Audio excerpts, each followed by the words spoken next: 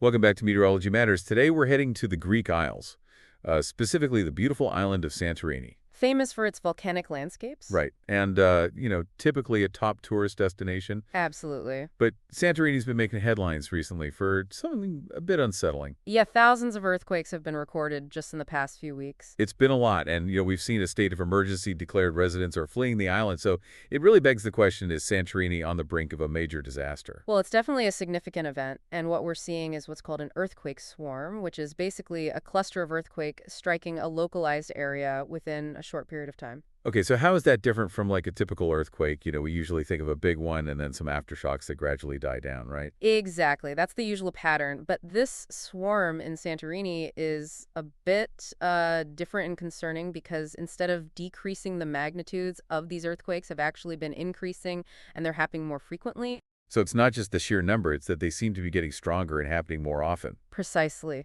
So walk us through the timeline here. When did this all begin and how has it progressed? Well, the first noticeable uptick in seismic activity began around January 26, and since then there have been over 12,000 earthquakes recorded near Santorini and the neighboring island of Amorgos, with magnitudes exceeding 1 on the Richter scale. Wow, 12,000 earthquakes.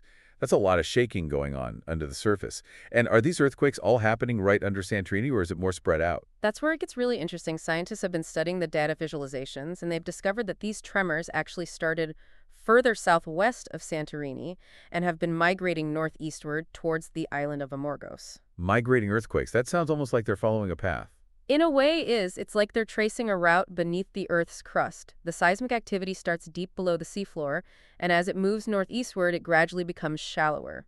This pattern suggests that there's some kind of process unfolding beneath the surface. So what could be causing this movement? What's going on down there? One of the leading theories is fluid movement. Fluid movement. Okay, like what kind of fluids are we talking about? Well, it could be magma, the molten rock beneath the Earth's surface, or it could be water, specifically superheated hydrothermal fluids. These fluids can flow through cracks in the Earth's crust, and that can trigger seismic activity. So we've got this swarm of earthquakes increasing in magnitude and migrating towards Amorgos. And Santorini, of course, is famous for its volcanic history. So does all this activity point to a potential eruption? Well, Santorini is essentially what's left of a massive volcanic caldera that formed after a huge eruption thousands of years ago. Right. And it does sit atop an active volcano. However, despite the current seismic activity, scientists aren't seeing any immediate signs that suggest an eruption is about to happen. Okay, so that's slightly reassuring, but I imagine all this uncertainty must be incredibly unnerving for the people living on Santorini. What's the situation like on the ground? Well, can you imagine living in paradise but with this constant fear of the ground shaking beneath you? I can't even imagine. It's a lot to deal with, and in fact, over 13,000 of Santorini's 15,000 residents have already left the island and gone to the mainland. Wow. That many people have left already. Yeah, they're seeking refuge from the constant tremors. It's understandable, really. Not knowing when the next one will hit or how strong it will be, that would be incredibly stressful. Absolutely. So what's the Greek government doing to handle this crisis and support the people who are still on Santorini? The Greek government has declared a state of emergency for both Santorini and Amorgos. This allows them to quickly send aid and resources to the affected areas. Rescue teams have been sent to the island, and they're working closely with scientists to monitor the situation around the clock. 24/7 monitoring. That's good to hear. But back to the earthquakes themselves, do scientists have any main theories about what's actually causing this swarm? Well, the fluid movement theory we talked about earlier is gaining a lot of support. They're actively investigating whether the movement of magma or hydrothermal fluids beneath the surface could be the main driver. They're also looking into the potential role of a major fault line called the Amorgos Fault, which caused a very powerful earthquake back in 1956. So volcanic or tectonic causes, or maybe a combination of both? It's a fascinating puzzle playing out in real time. And of course, this has global implications too. Santorini is a world-famous tourist destination. So how has this earthquake swarm affected tourism, especially as we're heading into peak season? The timing couldn't be worse for Santorini's tourism industry. As you said, the peak season is approaching, and this event has created a lot of uncertainty. So what are the main concerns for tourism? Is it mostly about safety, or are there economic factors as well? It's both, really. The safety of visitors is the top priority, and with the ongoing tremors, there's naturally a concern about the risks. This has led to many hotel bookings being canceled or postponed, and some tour operators are changing their itineraries to avoid areas that might be unsafe. So there's already a real economic impact being felt. What could the long-term consequences be for Santorini if this seismic activity continues? Could this event change the island's tourism landscape forever? That's a critical question, and while it's still too early to say for sure, this situation really underscores how vulnerable tourism-dependent economies are to natural disasters. It raises important questions about how to better prepare for and manage the risks of living in seismically active areas. It sounds like Santorini, despite its beauty and charm, is at a crossroads. The decisions made in the coming months and years will have a big impact on the island's future. We've explored the science behind this earthquake swarm and how it's affecting tourism. Now let's shift our focus to what this means for anyone who might be thinking about traveling to Santorini. If you were planning a trip to Santorini, I'm sure you're feeling a little unsure about what to do now. Yeah, it's definitely a cause for concern. So what's the latest advice for travelers who are thinking about going to Santorini soon? Should they cancel their trips, or is it still considered safe to visit?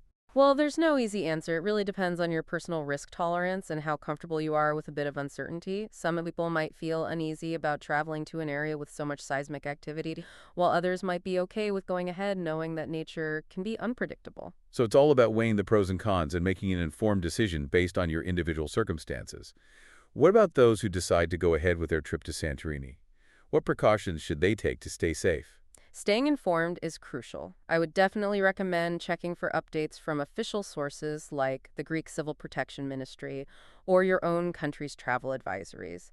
These sources will give you the most current information on safety recommendations and any travel restrictions that might be in place. So checking those official sources before and during your trip is really important. Are there any practical tips for travelers once they're actually on the island, things they can do to stay safe given the earthquake activity? Yes, absolutely. One important thing is to find out where the designated safe areas are in your hotel or accommodation. These are usually open spaces away from buildings where you can go if there's an earthquake. It's also a good idea to avoid areas where authorities have restricted access, like some coastal zone or clifftop viewpoints, because of the risk of landslides or falling rocks. So being aware of your surroundings and following any safety guidelines from local authorities is key. It's a good reminder that nature can be powerful, and we shouldn't underestimate its impact. Exactly. Earthquakes are a natural phenomenon and we can't stop them, but we can definitely prepare for them and reduce the risks. We've talked about the immediate impact on Santorini, the science behind the earthquake swarm, its effect on tourism, and precautions for travelers. Now let's zoom out a bit and think about the bigger picture. What will we learn from this situation? And how can Santorini and other places like it better prepared for and manage the risks of future seismic events, especially with all the tourism? This situation is a wake-up call. It reminds us that preparedness and resilience are essential, especially for places like Santorini that are not only popular tourist destinations but also located in seismically active zones. Building codes and infrastructure need to be strong enough to withstand the forces of nature, and early warning systems, if they're effective, can give people those crucial seconds to take cover and potentially save lives. So that's the infrastructure and technology side of things. What about the human element? How important is public education in creating a culture of preparedness and making sure both residents and visitors know how to respond safely during an earthquake?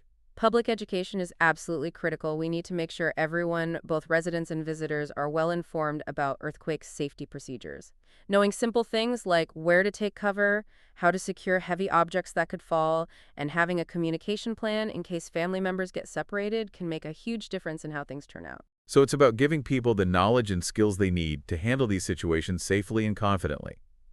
Since tourism plays such a big role in Santorini's economy, are there any specific things the tourism industry should do to improve preparedness and resilience in the face of these kinds of events? Absolutely. The tourism industry needs to be actively involved in these preparedness efforts. Hotels and tour operators should have detailed emergency plans, and it's important that they clearly communicate these plans to their guests. Training staff in earthquake preparedness and response protocols is crucial too. It's about building a culture of safety and preparedness across the entire tourism industry.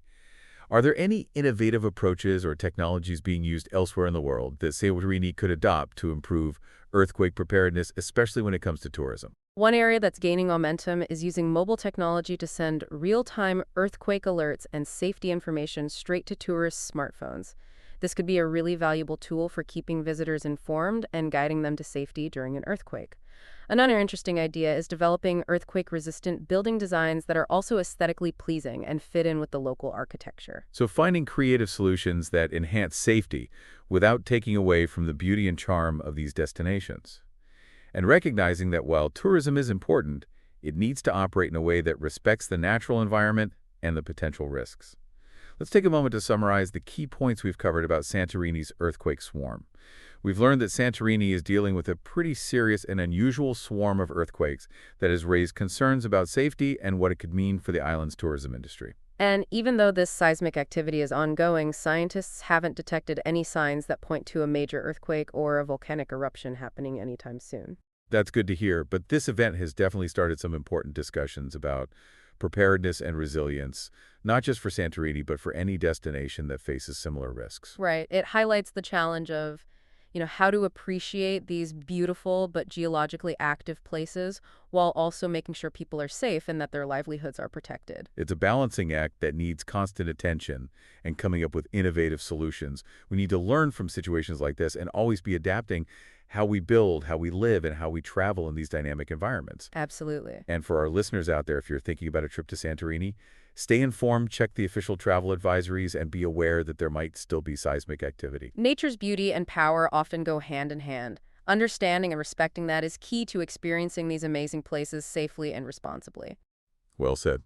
And that brings us to the end of our look at the Santorini earthquake swarm. For more insights into weather, geology, and all the forces that shape our world, be sure to follow meteorologist Rob Jones on Instagram, meteorologist on TikTok TV Meteorologist, and on YouTube and follow Rob Jones Hurricane, where you can also find the Meteorology Matters podcast playlist. Thanks for joining us.